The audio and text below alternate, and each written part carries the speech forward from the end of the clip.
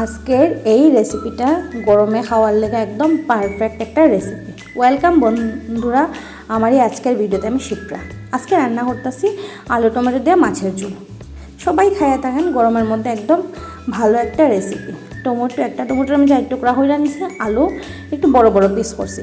আমি একবার আলু সম্বাই দিয়ে বয়েল দিচ্ছি, একটু 5 ফোড়ন দিচ্ছি আর কিছু দিচ্ছি না, দিয়ে আমি অল্প আছে একটা আলুটাকে ভালো করে সিদ্ধ করে নিই। আলুটা একটু বড়ো হয়ে রাখছি, তাইলে সিদ্ধ আলু ইউজ করতে পারবো বা এমনিও। আমার উল্টাতে একটু দেরি হয়েছে দেখে আলুটি পুরা লিখে গেছিলাম। যাই হোক, তারপরে আমি এই আলুর মধ্যেই টমেটো দিয়ে আলুছি। আমি টমেটো আলাদা করে আর টানাই দিই না, একসঙ্গে আলুর মধ্যে দিয়েই মশলা দিয়ে ভালো করে একটু সময় টানাইয়া একবার একটু ঢাকা দিয়ে রেখে দিই, তাইলে টমেটোটা সিদ্ধ হয়ে দিব। আমি টমেটোটা গলাইতাম না, টমেটোটা একটু আস্তে আস্তে থাকবো, তাইলে খাইতে ভালো লাগে। মশলার মধ্যে দিয়েছি জিরার গুঁড়া, ধনিয়ার গুঁড়া আর নুন আর হলুদ তো আগেই দিয়ে লেছি।